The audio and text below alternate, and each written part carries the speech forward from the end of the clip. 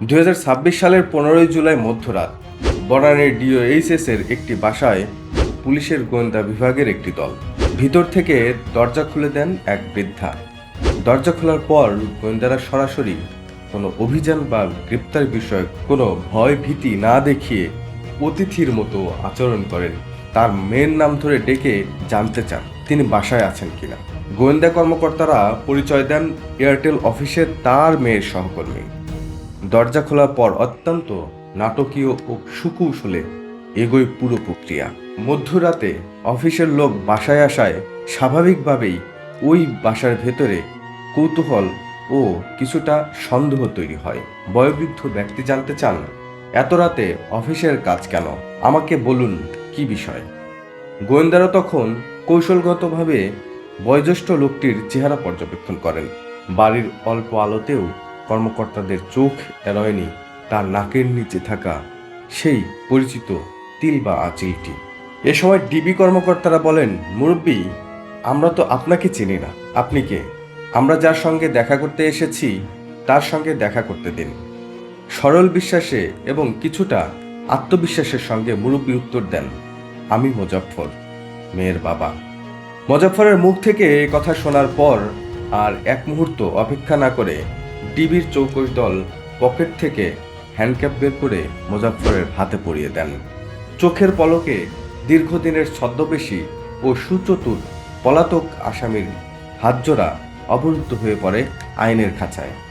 এরপর হতভম্ব চাহনিতে আর অপ্রস্তুত আত্মসমর্পণ বুঝিয়ে দেয় ডিবির এই অপারেশন কতটা নিখুঁত ও পরিপক্ক ছিল।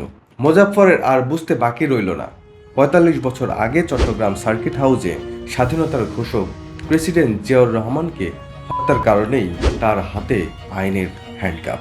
ইতিহাসের বিভিন্ন গ্রন্থে দেখা গেছে অবসরপ্রাপ্ত মেজর মোহাম্মদ মোজাফফর হোসেন 1981 সালের 30 মে ভোরে সংগঠিত সামরিক অভ্যুত্থানের অন্যতম অংশগ্রহণকারী।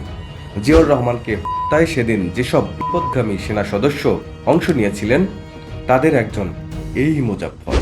এবার চলুন জেনে নেই গোয়েন্দারা কিভাবে গ্রেপ্তার করলো ইতিহাসের এই খলনায়ক, পলাতক ও অবসরপ্রাপ্ত মেজর মোজাফফরকে। 111-এর বিতর্কিত সেনা কর্মকর্তা লেফটেন্যান্ট জেনারেল মাসুদউদ্দিন চৌধুরীর কথা মনে আছে, যিনি গত 24শে মার্চ গ্রেপ্তার হয়ে এখন কারাগারে রয়েছেন। তার বিরুদ্ধে আদালতের বিচার শুরু হয়েছে।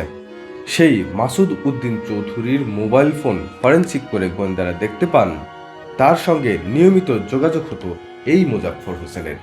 বিভিন্ন অপারেটরের নাম্বার ও অ্যাপে দুজনের কথোপকথনের সূত্র ধরেই শনাক্ত করা হয় মোজাফফরকে। এছাড়া গোয়েন্দারা আরও জানতে পারেন মোজাফফরের মেয়ে এয়ারটেল কোম্পানিতে চাকরি করেন। অভিযোগ এসেছে বেনামে সিম পাইয়ে দেওয়ার কাজটি তার মেয়ে করেছেন।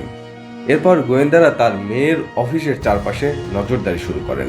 প্রাথমিকভাবে মোজাফফরের মেয়ের কর্মস্থলের সূত্র ধরে অনুসন্ধান শুরু করে ডিবি। তবে একদিন বা দুদিন নয়, গত কয়েক মাস ধরে মেয়ের কর্মস্থল এবং গতিবিধি পর্যবেক্ষণ করেন গোয়েন্দা সদস্যরা। মোজাফফরের মেয়ের যাওয়া আসা পর্যালোচনা করে একটি সম্ভাব্য বাড়ির ঠিকানা চিহ্নিত করেন। বাড়িটি চিহ্নিত করার পর ডিবি কর্মকর্তারা বেশ কিছুদিন ধরে দূর থেকে লক্ষ্য রাখেন এবং ছদ্মবেশে সার্বিক পরিবেশ ও মোজাফফরের উপস্থিতি নিশ্চিত হওয়ার চেষ্টা করেন। গোয়েন্দাদের কাছে মোজাফফরের শারীরিক বৈশিষ্ট্যের একটি ক্লু আগে থেকেই নথিবদ্ধ ছিল। তার নাকের নিচে একটি আঁচিল বা তিল সদৃশ্য কালো দাগ রয়েছে। চেহারা পরিবর্তন করলেও এই চিহ্নটি পরিবর্তনের সুযোগ ছিল না তার।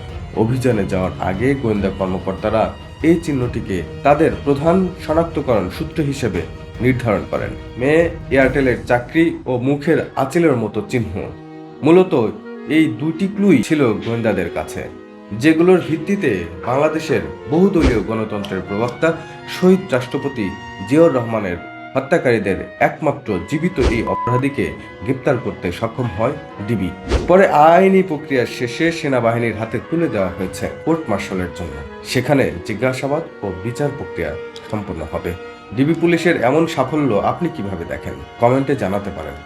সাধারণভাবে প্রশ্ন আসে, এই ৪৫ বছর মোজাফফর কোথায় ও কিভাবে ছিলেন, তা আগামী কোনো পর্বে আপনাদের সামনে উপস্থাপন করব। এই ভিডিওটির তথ্যসূত্র ডেসক্রিপশনে দেওয়া আছে। ধন্যবাদ।